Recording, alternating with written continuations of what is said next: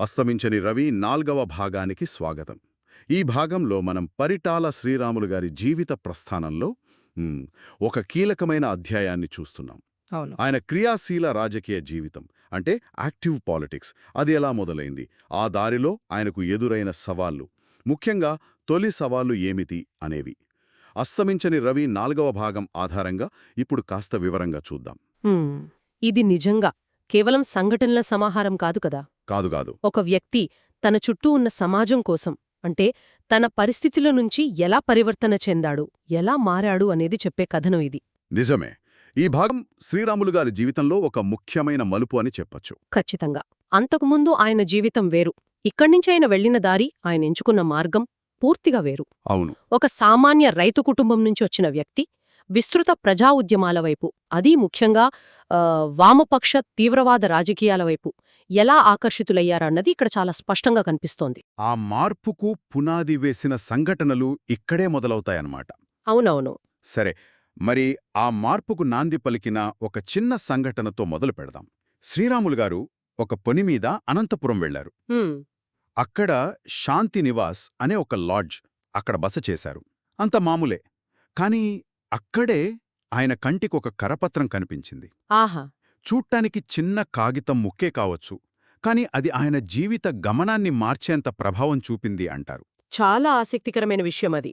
ఒక్కోసారి చిన్న విషయాలే, చిన్న సంఘటనలే పెద్ద పెద్ద మార్పులకు కారణమవుతాయి గదా. అవును. ఆ కరపత్రం యువజన సంఘం వాళ్లు ఏర్పాటు చేసిన ఒక సాహిత్య సభ గురించి. సాహిత్య సభ? అవును. ఆ సభకు దిగంబర కవులు వస్తున్నారని అందులో ఉంది. ఆ రోజుల్లో, అంటే సుమారు 1970ల ప్రాంతంలో అనుకోండి, దిగంబర కవిత్వం తెలుగు సాహిత్యంలో ఒక పెద్ద సంచలనం. అవును, విన్నాను.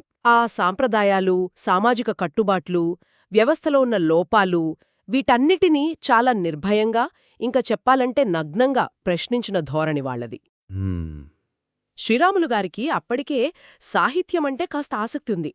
ఆ దిగంబర కవుల పేరు చూడగానే ఆయనలో ఒక కుతూహలం పెరిగింది. అసలు ఎవరీ కవులు, ఈ సభను ఏర్పాటు చేస్తున్న ఈ యువజన సంఘమేమిటి అని ఆరా తీయడం మొదలుపెట్టారు. అంటే కేవలం ఆసక్తితో మొదలైంది. అంతే. ఆ అన్వేషణ ఆయనకు కొత్త పరిచయాలు తెచ్చిపెట్టిందనమాట. అవును. ఆ లాడ్జ్లోనే ఇంజనీరింగ్ చదువుతున్న కృష్ణారాం అనే విద్యార్థి పరిచయమయ్యారు. ఓ, అక్కడేనా? అక్కడే. ఈ కృష్ణారాం ద్వారానే ఆ యువజన సంఘంలో చాలా చురుగ్గా పనిచేస్తున్న మరికొంతమంది ఇంజనీరింగ్ విద్యార్థులతో శ్రీరాములు గారికి పరిచయం ఏర్పడింది. వాళ్ల పేర్లు కూడా పుస్తకంలో ఉన్నాయి గదా? ఉన్నాయి. గుళ్లపల్లి రవీంద్రనాథ్, అలీఖాన్, నాగరాజు, జతిన్ దాస్, రామిరెడ్డి, ఇలాంటి యువకులన్మాట. అందరూ ఇంజనీరింగ్ విద్యార్థులే. అయితే ఇక్కడ ఒక విషయం మనం గమనించాలి. ఏమిటది? ఈ యువజన సంఘం కేవలం ఇంజనీరింగ్ కాలేజీ విద్యార్థులకే పరిమితం కాలేదు గదా? లేదు. అనంతపురం పట్టణానికి చెందిన స్థానిక యువకులు కూడా ఇందులో సభ్యులుగా ఉన్నారు. అవును. ముడార వేణుగోపాల్, సాంబమూర్తి, నరసప్ప ఇలాంటి వాళ్లు కూడా ఆ సంఘంలో చాలా క్రియాశీలంగా పనిచేస్తున్నారు. అంటే ఇది కేవలం ఒక కాలేజీ గ్రూప్ కాదు. ఒక విస్తృతమైన సామాజిక స్పృహ, ఏదో ఒక మార్పు రావాలి అని కోరుకునే యువకుల కలయికగా కనిపిస్తోంది. వీళ్ళంతా అప్పటి సామాజిక రాజకీయ పరిస్థితుల పట్ల తీవ్రమైన అసంతృప్తితో ఉన్నవాళ్లు. సరిగ్గా చెప్పారు. అప్పటి సామాజిక రాజకీయ పరిస్థితులు కూడా దేశవ్యాప్తంగా చాలా వేడిగా ఉన్నాయి గదా. ముఖ్యంగా పశ్చిమ బెంగాల్లోని నక్సల్బరీ గ్రామంలో మొదలైన రైతాంగ తిరుగుబాటు, దాని ప్రభావం దేశమంతటా కనిపిస్తోంది. అవును.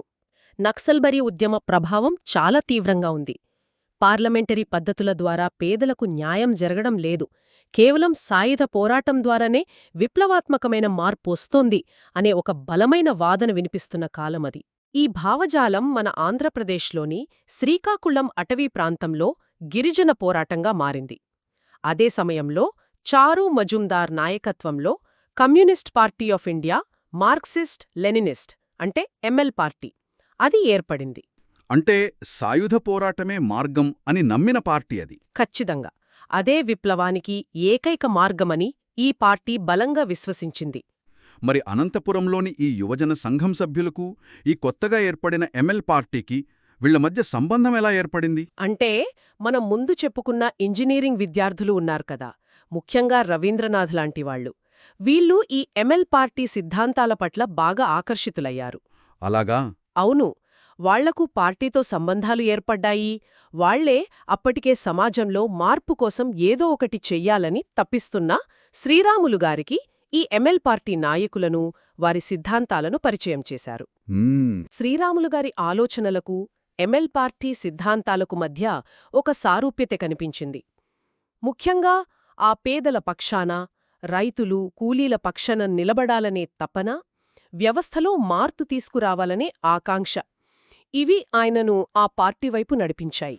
అంటే కేవలం రాజకీయంగా యాక్టివ్ అవడమే కాదు, ఆ భావజాలాన్ని వ్యాప్తి చేయడానికి సాహిత్యాన్ని కూడా ఒక సాధనంగా వాడుకున్నారంటారా? ఖచ్చితంగా.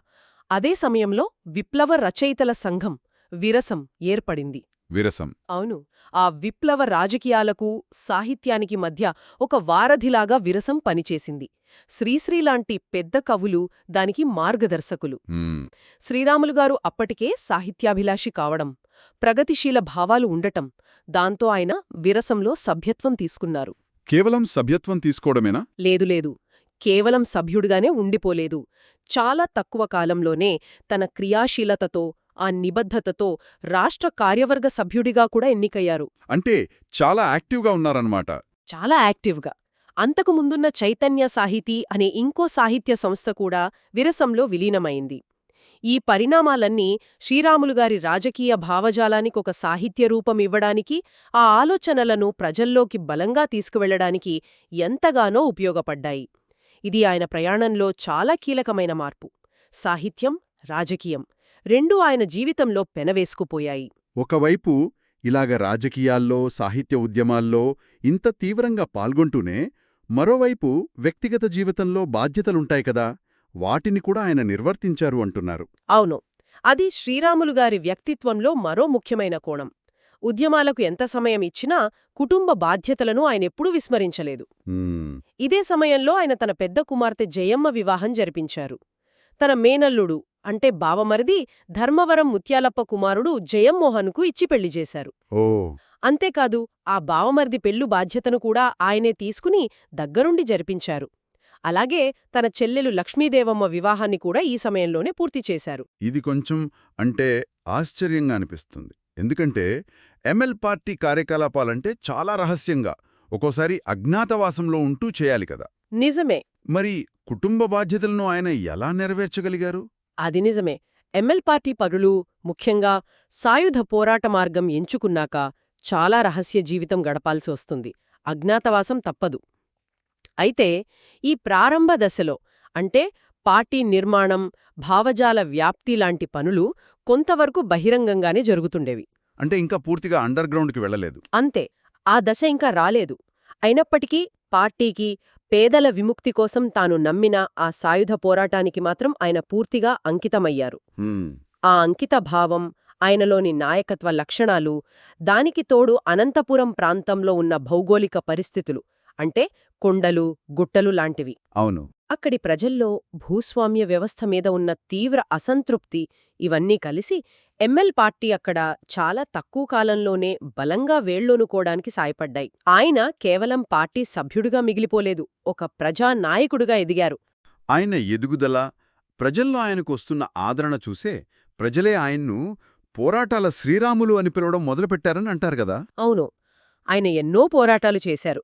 వాటిల్లో ముఖ్యంగా ఆ భూపోరాటం ఆయనకు ఆ పేరు తెచ్చిపెట్టింది. భూపోరాటం అంటే అప్పట్లో అనంతపురం జిల్లాలో వేల ఎకరాల ప్రభుత్వ భూములు అంటే బంజరు భూములు, శివాయి జమా భూములు అంటారు కదా. అవును. అంటే సాగుకు పనికొచ్చేవే, కాని ఎవరికీ కేటాయించనివి. ఇలాంటి భూములన్నీ భూస్వాములు, పెత్తందారులు అనధికారికంగా వాళ్ల కంట్రోల్లో ఉంచుకునేవారు. వాళ్ల సొంత ఆస్తుల్లా అనుభవిస్తూ పేదలకు దక్కకుండా చేసేవాళ్లు. ఓ అలాగా. శ్రీరాములుగారు ఈ భూములను కుట్టించి వాటిని భూమిలేని నిరుపేదలకు, వ్యవసాయ కూలీలకు పంచే ఉద్యమానికి నాయకత్వం వహించారు. ఇది చట్టబద్ధమైన ప్రభుత్వ భూములను పేదలకు ఇప్పించే పోరాటం. అంటే ఇది నేరుగా భూస్వాముల ప్రయోజనాలకు వ్యతిరేకమే కదా. మరి వాళ్ల స్పందన ఎలా ఉంది? సహజంగానే వాళ్లకు తీవ్రమైన ఆగ్రహం వచ్చింది. గ్రామాల్లో అధికారం చెలాయిస్తున్న పెత్తందారులకు ఇది అస్సలు నచ్చలేదు. తరతరాలుగా వాళ్లు అనుభవిస్తున్న భూములు చేజారిపోవడం, తమ అధికారం తగ్గిపోవడం వాళ్లు సహించలేకపోయారు. శ్రీరాములుగారి నాయకత్వంలో పేదలు ఒక్కటవ్వడం, వాళ్ల హక్కుల కోసం పోరాడటం ఇదంతా వాళ్లకు కంటగింపుగా మారింది. ఆయనకు పెరుగుతున్న ఆదరణను, ఆయన పనులను అడ్డుకోవాలని కుట్రలు మొదలుపెట్టారు. ఎలాంటి కుట్రలు పన్నారు? నేరుగా ఏమైనా చేశారా? ప్రారంభంలో నేరుగా దాడి చేసే ధైర్యం చేయలేదు. ఎందుకంటే శ్రీరాములుగారికి ప్రజల్లో మంచి పేరుంది, మద్దతుంది. అవును. ఆయన ప్రతిష్టను దెబ్బతీయాలని చూశారు. అందులో భాగంగా శ్రీరాములుగారు ఎవరో గొర్రెలను దొంగిలించారని ఒక నీచమైన ప్రచారం మొదలుపెట్టారు. గొర్రెలని దొంగిలించారని? అవును. అది పూర్తిగా కట్టుకదా అని, అబద్ధమని అందరికీ తెలుసు. అయినా సరే బురద చల్లే ప్రయత్నం చేశారు. కాని ఈ ప్రచారం పెద్దగా అతకలేదు. ప్రజలు నమ్మలేదు. ఆ తర్వాత ఏం జరిగింది? ఈ ప్రచారం ఫెయిలయ్యాక వాళ్ళు ఊరుకున్నారా? లేదు. దుష్ప్రచారం పనిచేయకపోవడంతో వాళ్లు ఇంకో దారి ఎంచుకున్నారు. అదేంటంటే చట్టాన్ని అడ్డం పెట్టుకుని వేధించడం. అంటే కేసులు పెట్టడమా? అంతే. శ్రీరాములుగారిను నేరుగా ఏమీ చేయలేక భూస్వాములు, వాళ్ల కింద పనిచేసేవాళ్లు, పోలీస్ వ్యవస్థలో కొందరి సాయంతో ఆయనమీద, ఆయనతో పాటు ఉద్యమంలో తిరుగుతున్న అనుచరుల మీద అక్రమంగా కేసులు పెట్టడం మొదలుపెట్టారు. ఎలాంటి కేసులు పెట్టారు? 1 కాదు, 2 కాదు, చాలా తప్పుడు కేసులు. దొంగతనాలు చేశారని, దోపిడీలు చేశారని, రాత్రిపూట ఇళ్లల్లోకి చొరబడ్డారని, ఇలా ఎన్నో కల్పిత ఆరోపణలతో కేసులు ఫైల్ చేశారు. అయ్యో! ఉద్యమంలో పాల్గొంటున్న దాదాపు ప్రతి ఒక్కరినీ ఏదో ఒక కేసులో ఇరికించాలని ప్రయత్నించారు. దీని వెనుక ఉన్న ప్లానేంటంటే వాళ్లని మానసికంగా, శారీరకంగా, ఆర్థికంగా దెబ్బతీయడం. ఈ వ్యూహం ప్రభావం చాలా తీవ్రంగా ఉండుంటుంది కదా? చాలా తీవ్రంగా ఉంది.